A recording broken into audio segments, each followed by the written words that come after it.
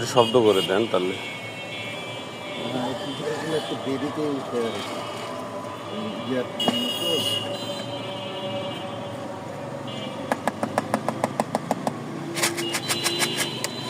ওই পাশে দেন দেখি, আছে মাঝে ওই পাশে আছে বেশি মনে হয়, গাপ্পি টাপ্পিগুলো সব ওই পাশে দেন।